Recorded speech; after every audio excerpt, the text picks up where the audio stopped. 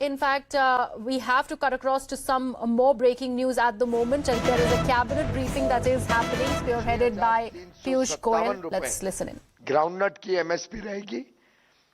Sesamum seed जो है, sesamum में भी 10.3% की वृद्धि की गई है। 8,635 रुपए उसका एमएसपी तय किया गया है। और पैडी जो साधारणतः बड़े मात्रा में उत्पादन होता है, पैडी की एमएसपी में 7% की वृद्धि की गई है। कॉमन ग्रेड में 2,183 रुपए 2183 प्रति क्विंटल और पैडी ग्रेड ए में 2,203 रुपए प्रति क्विंटल की नए निर्धारित एमएसपी को आज कैबिनेट की मंजूरी मिली है।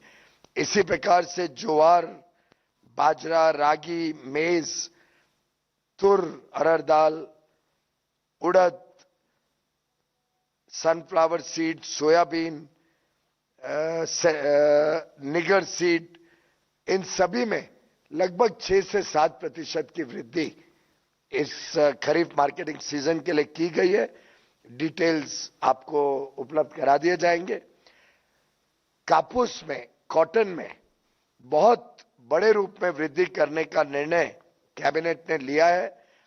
कॉटन की मीडियम स्टेपल एमएसपी को 8.9 लगभग 9% बढ़ाकर 6,620 किया गया है और लॉन्ग स्टेपल कॉटन को 7,020 यानी 10% की वृद्धि कैबिनेट ने आज स्वीकृति दी है।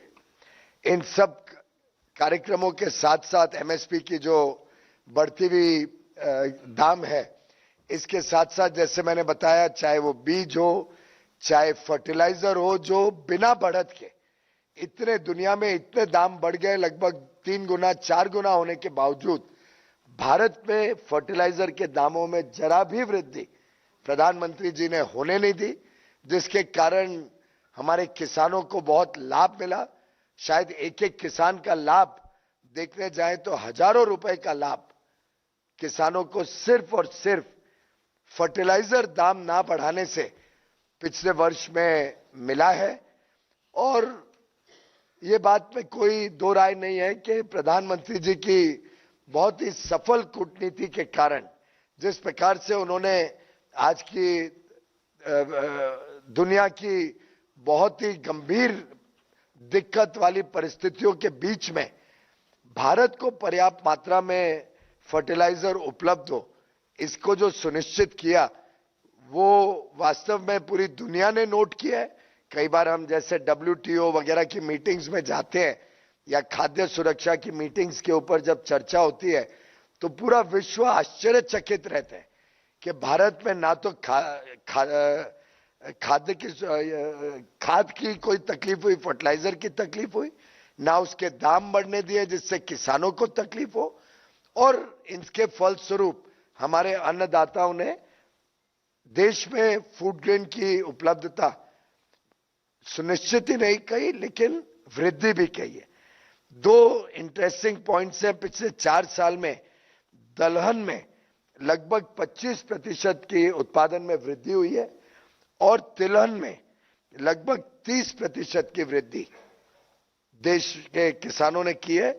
ये भी मैं समझता हूं एक बहुत अच्छा लक्षण है जो दर्शाता है कि प्रधानमंत्री जी के अलग अलग जो योजनाएं हैं, चाहे वो PM किसान सम्मान निधि हो, चाहे वो कृषि क्रेडिट कार्ड, किसान क्रेडिट कार्ड के माध्यम से पर्याप्त मात्रा में ऋण उपलब्ध कराने की बात हो, फर्टिलाइजर की दामें ना बढ़ाने की बात हो, समय समय पे अच्छे दामों में बीज मिले किसानों को, जिस प्रकार से प्रधानमंत्री सिंचाई योजना के माध्यम से और बड़े मात्रा में सिंचाई पहुंचाई गई है किसानों तक, देश में 24 घंटे बिजली सुनिश्चित कर दी गई है और किसानों को पर्याप्त अब बिजली मिलने लगी है, बिजली की समस्या नहीं रही।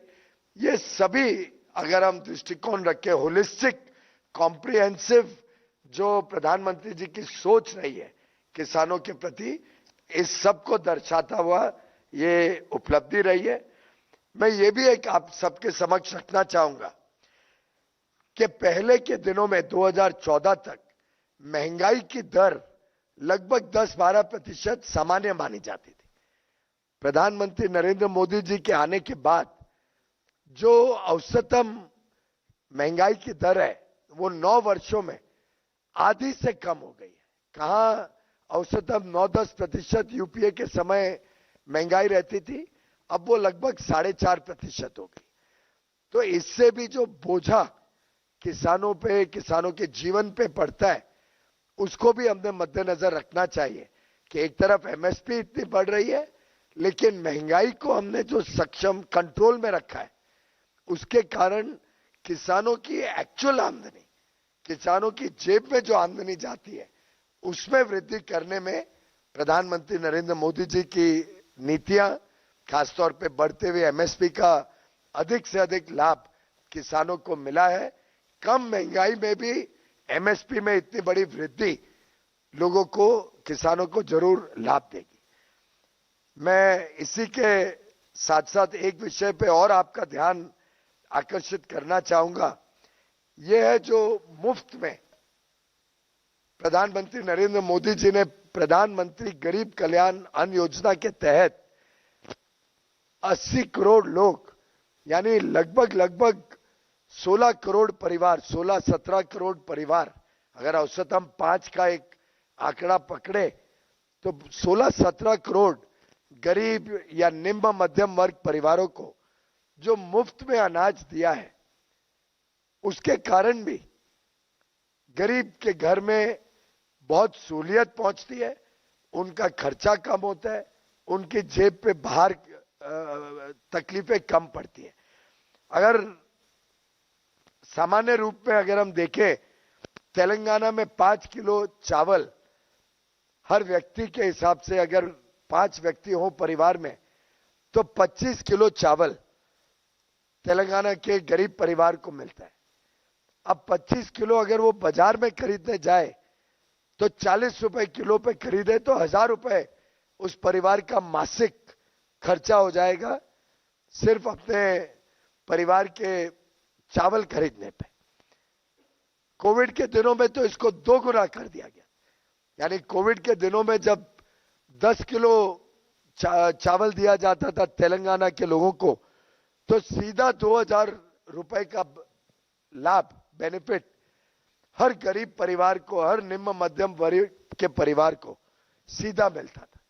अगर अंत्योदय अन्न योजना के तहत जो प्रधानमंत्री गरीब कल्याण अन्न योजना में आते हैं, जिन परिवारों को 35 किलो दिया जाता है, अब 35 किलो का देखें तो सीधा 1700 रुपए मासिक उस परिवार का खर्चा चावल में तेलंगाना में बचता है। और यही स्थिति कर्नाटक की है।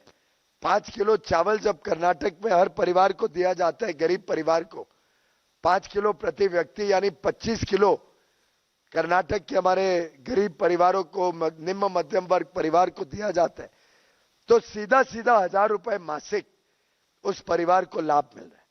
कोविड के दिनों में वहां भी 2000 रुपए का लाभ हर परिवार को मिला। 28 महीने तक ये लाभ उनको मिलता रहा, 28 महीने तक।